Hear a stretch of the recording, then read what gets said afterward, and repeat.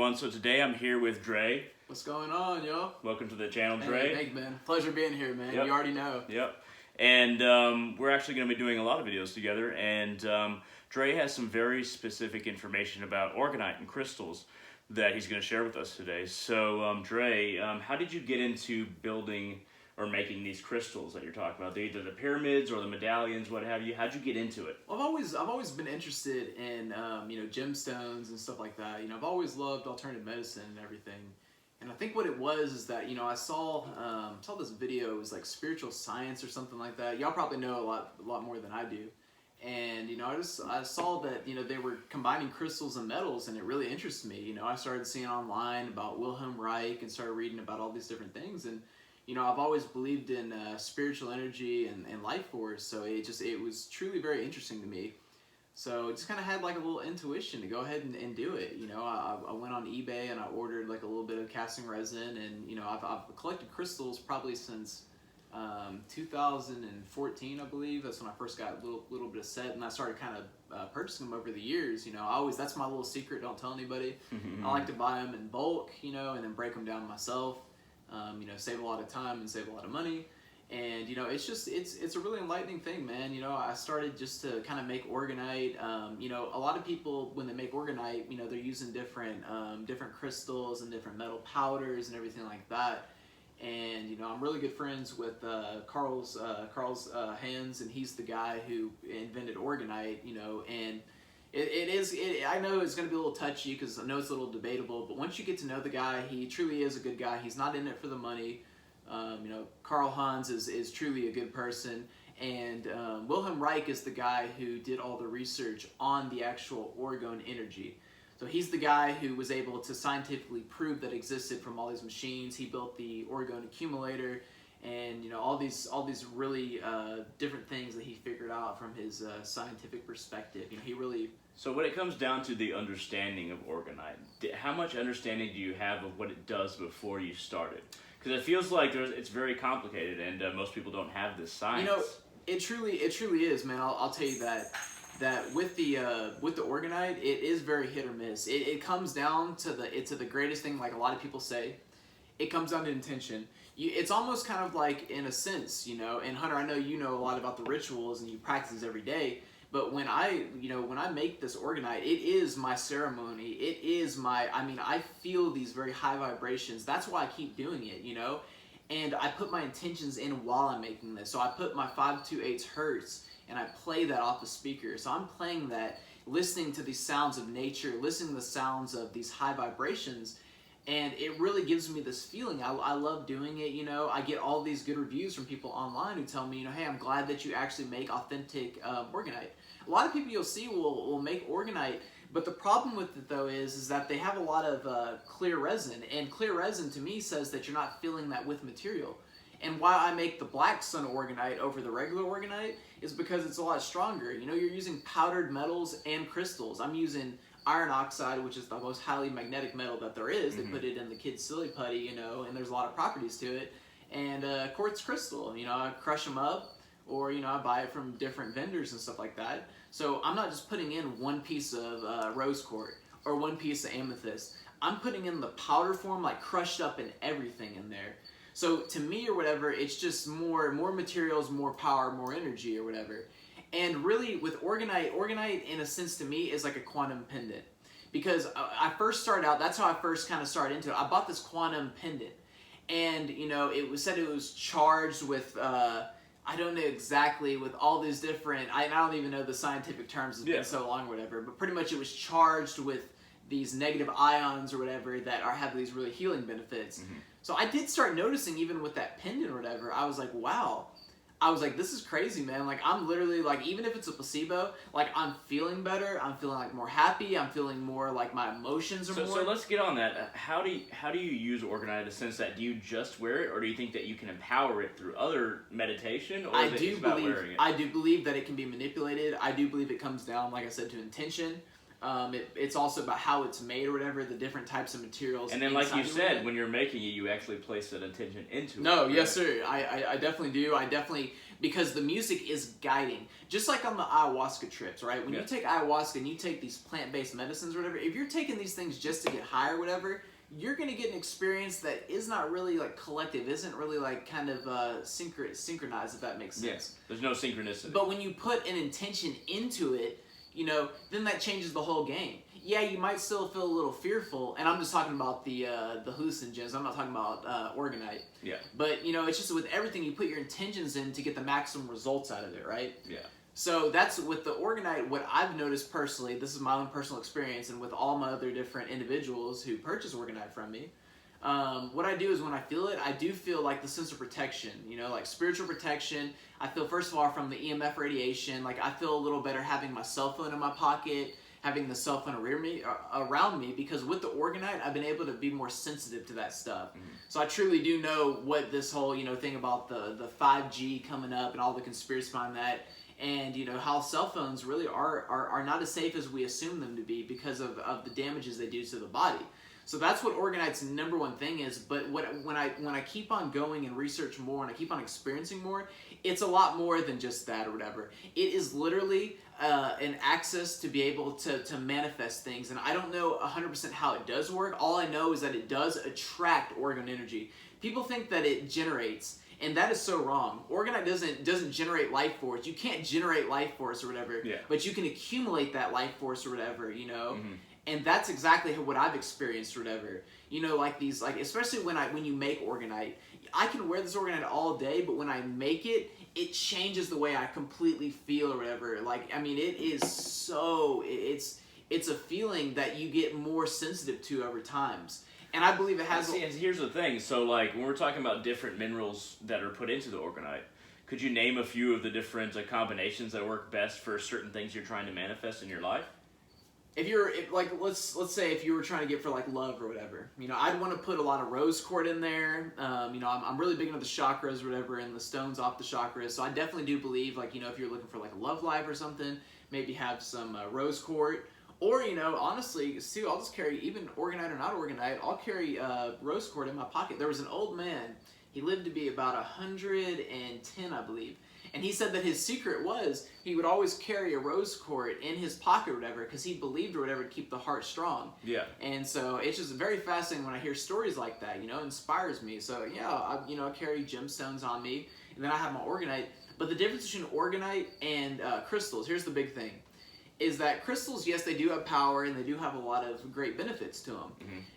Metals also the same way, like copper and gold and all these different, different properties to them. But when you combine both of them together, whatever, it's having that organic material and inorganic material, right? So it's a piezoelectric effect, because when you put all of the materials in the resin hardens from the catalyst. So it squeezes that crystal or whatever. So it's in a permanent state of sending off those electrons, an electron charge. And I'm sorry if I'm not saying it right or whatever. I'm just, I'm not the biggest guy in interviews, but hey, I'm learning, I'm getting better. And Hunter's a good guy. Like I said, we're going to be doing these collabs and everything like that. So I'm really excited for it, But in all honesty, it really, or if I wanted to activate more of a third eye, or wanted more of a psychic feeling, I'm going to put some amethyst in there, you know what I mean? Maybe intuition, building that up, or, my ability to be able to see things like clairvoyance and stuff like that.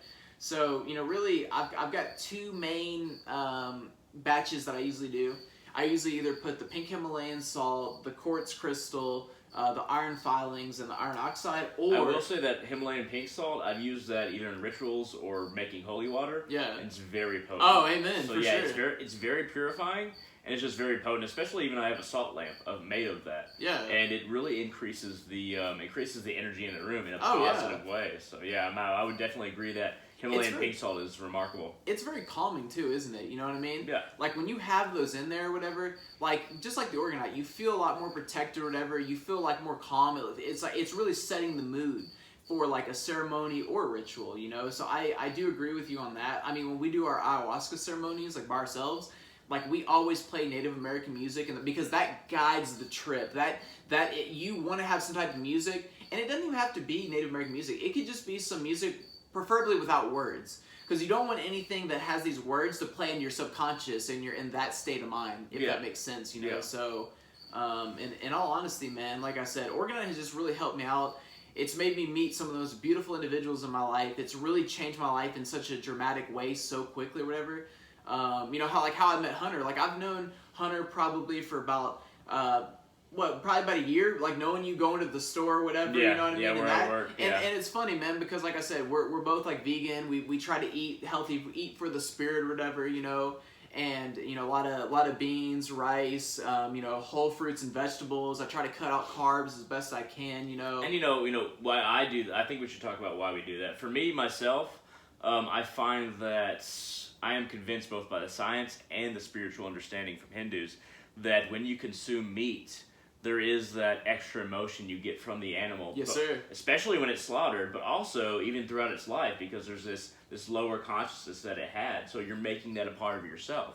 But especially if it lives a terrible life and it's slaughtered, like most slaughterhouses do now, you're getting that chemistry as a part of your own physiology. And it doesn't translate directly to our own brain chemistry, but it has a big effect on it. Yeah, exactly. And so, I mean, why do you eat vegan? You know, really, it just, when I started like on the spiritual path in 2014, what led me there, I actually became a vegetarian before that. So that was back probably in like 2010, 2011, probably 2011. And that's when I just started to kind of realize it's like, you know, and I'm not perfect, man. Like, you know, I've slipped up and eat fish over the years or whatever, but I've cut out, like I said, the pork, I've cut out the chicken, I've cut out like all the beef, you know, and like I said, for the past 6 months, you know, I've been very strict on my diet, man. Like, you know, not eating just anything, man. There's a lot of vegan junk food and a lot of vegetarian junk food, you know, but I've really, like, tried to, you know, my favorite thing, man, is beets and ginger. If I had to say my secret, like, I love to work out, that's my secret. Even though, like I said, I'm not the biggest guy, at least right now. Like, when I eat ginger and beets, I always eat it beforehand. But how do you prepare it? Just like basically, how do you prepare the ginger and beets? Either I'm gonna make a smoothie. So that's the secret, is that I always eat off the color, right? So those chakras, all the 7 colors, you know, and the reason where that comes from, whatever, the 7 colors. You ever heard of when they say we're the beings of light or whatever? That's what it truly is or whatever. It is realizing that you are truly one or whatever, that we are connected. So we are this eternal light being or whatever that manifests in a physical form, you know? So we just have to meet that expectation or that realization that we are that thing. And we can become that light being. So yes, that attributes to it, correct? That's so correct, you know? And that's why I always eat, like, you know, beets and ginger and, you know, carrots. And I try to hit every single color on there because I believe it's that simple. If you eat enough color, whole foods, and organics, you know, you will be a healthy individual. You will build that immune system, you know what I mean? You will be able to get into those psychic abilities, those higher chakras, if you will. Because here's the secret. I've learned this, and I've learned this from other individuals on you know, different readings, different videos. I mean, just talking with people like you, Hunter. Yeah. Is that most society is in these lower 3 chakras, which is fear at the very bottom. That's your primal instinct. It's like fear and survival, right, at the very bottom. Because those are very important things or whatever. You know, this is a temple. This is a divine temple. So we need to be able to protect this or whatever and be able to keep on this physical platform. That's a no-brainer because you have to have that survival side, because if you're not rooted in there or whatever and you don't have value for yourself or whatever, I believe that, like I said, that's why it's still very, very important to have that. But it's the lowest chakra for a reason, because that's very materialistic, you know what I mean? That's a very, like, survival can be a very selfish thing, you know? So it's that's basically the foundation of the project. It truly is, you know what I mean? It's the foundation of the spiritual essence. You know, you have to have that, you know, because that fear or whatever of that or whatever is also kind of it's almost like a drive, you know what I mean? It can either make you or break you. It can either scare you or move you into the light. So there is 2 sides to every chakra. It ever is, exactly, you know? It's not all good, it's not all bad, you know? Yeah. Like when we move up to the sacral or whatever, to the next one or whatever, it's about understanding sexuality. Now, I know for a fact that you know, we have different opinions and this may be all different. I'm just saying what it means to me or whatever. And there's many interpretations, just like many different religions and everything like that. Yeah. But with that second chakra, you know, the sacral, I truly believe that it's about knowing your sexuality, knowing who you are, knowing that, you know, what sex truly is or whatever, that it's a spiritual thing. It's not a physical thing like we want to believe. So you don't want to expend the prana that you have in this life. You want to kind exactly. of allow it to remain and try to cultivate. And right now I can tell you without a doubt, the number one hardest desire in this is sexual energy, because sexual energy is so powerful. But you got to realize is that sexual energy, not all energy is the same. That sexual energy is in fact cosmic energy, and cosmic energy is everything and everywhere. You know what I mean? But sexual energy, you know, like, is a form of that cosmic energy. Like I said, if that makes sense. So you don't want to be using all that sexual energy, you know, just looking up pornography and masturbation, because that is so low vibration. That is literally giving your energy away. So basically keep that cosmic energy instead of expending it. Exactly. Yeah. You know, and with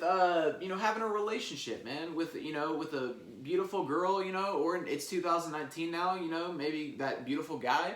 I mean, it honestly just, you know, it's so powerful and so important or whatever. And the fact that we literally like take sex for granted and really just like ejaculate and don't really have that true like connection, spiritual, emotional feeling behind it is a very big problem, man.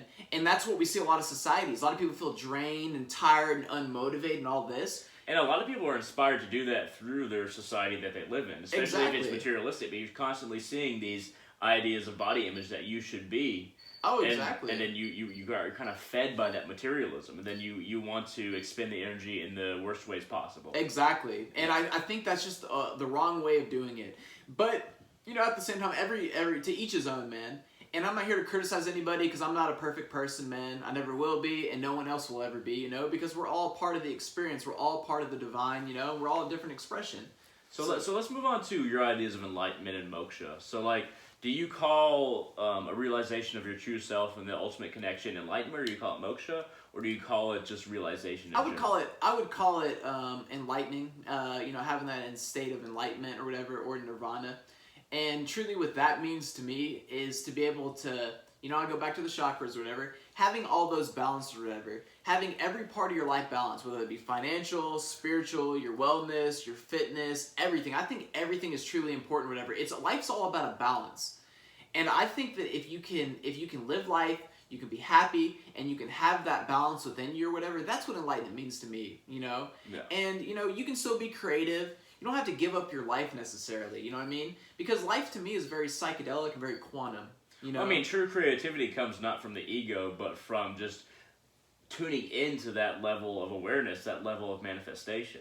So it's not about projecting our ego or trying to say that, okay, well, yeah, I created this, I feel good about myself, but tuning into that level and then producing something from it that inspires other people to tune into that same high vibration, if you will. Would you agree with that? Yeah. No, that was a good way of saying it, you know? Yeah. And, you know, times are really changing, man. I'm really optimistic about the future. A lot of people like to say, like, oh, it's doomsday, or, oh, all this bad stuff going on. But I think people are starting to really have this spiritual awakening, this collective consciousness. You know, it's just like, man, when I saw you or whatever, I would have never thought you were spiritual, man. You know, and probably same thing with me, unless I wore the Om hat, you know, and rocked my Mayan shirt or whatever. But that's, you know, I wear stuff and because I truly feel it, man, you know. Well, that's the one good thing about my horoscope, man. I'm an Aries, and the one thing about the most confident thing I can say is that the person on the outside is truly the person on the inside. That is the one thing that I put myself, you know, on a good shelf, because I know deep down in my heart that is true or whatever, you know what I mean? So you try to project who you truly are. Exactly. I used to wear a mask like everybody else, man, in society. But then you start to kind of find out, you know, you're not making the right friends or whatever. You're not really, your soul is not really being fulfilled or whatever. You're living life and not living it to the fullest or whatever. You're not your full potential. So yeah, you know, that's truly and honestly why, like, now, you know, I believe in spirituality, what it means to me. My spirituality is probably going to be different from yours, Hunter, or maybe somebody else, you know, even though, you know, we do have the same basis of what we believe, we're going to have differences, you know? Yeah. So I just think that, like I said, where we are now in life is the most crucial moment. This is the best time you could be because of all the information out there. I just think what we're going to have to do is we're going to have to, you know, because we don't live in the Himalayas, man. We live in the society with stress and, you know, things are obligations and what we have to do. See, with my channel, what I love, man, what we're gonna be doing, man, is that's my, you know, life truly is a spiritual merge, okay? Because you can't just have spirituality, you know, and you can't just have this modern society. You've got to be able to integrate both of those together, man. So there's a bridge, because people can't just jump across the chasm. There has to be a bridge between what is material and what is spiritual. Exactly, man. And you put it the best way, man. That's honestly gonna be my saying or whatever, you know. Yeah. Where the spiritual meets the physical reality. It's that bridge. Yeah, exactly, you know. And it's a very beautiful thing, man, because more people are more interested nowadays. Colorado just legalized mushrooms. You know, California, their laws with, you know, DMT and ayahuasca, peyote, and all that. I imagine it will help people. A lot of people reach that. I think that was Oakland. Don't quote me on that, but I think it was Oakland who did that right after Denver legalized mushrooms or whatever. But like I said, the point in time we are right now is totally mind blowing, you know. And I'm very excited. Like I said, I mean, we're gonna be going out doing public interviews and stuff like that, you know. Maybe do like a little vlog style, go do rituals or whatever, have those, but they're all going to be pure intention. There's no bad, there's no... positive intention, and trying to elevate both, you know, even if we go to graveyards, we're going to try to elevate those spirits and make them feel better, or if we try to elevate people, we're trying to elevate them to a level where they can try to cross that bridge themselves. Exactly. Yeah. That's awesome. That was a good way of putting it, man. So like I said, I'm excited, man. This is going to be really, really awesome, man. And like I said, this is just the first interview, man. This is just the first podcast. And see, that's a really good place to end it, because we talked about crossing that bridge. Hell yeah. That's a good introduction to the channel that we're going to have. So feel free to comment, like, and really question anything that you heard here today in the comment section below. I thank you very much, Dre, for joining me on the channel. You'll see a lot more videos from us in the future. And we thank you very much, and hope to see all of you on the channel in the future. Hey, peace, love, and light, y'all. See y'all next time.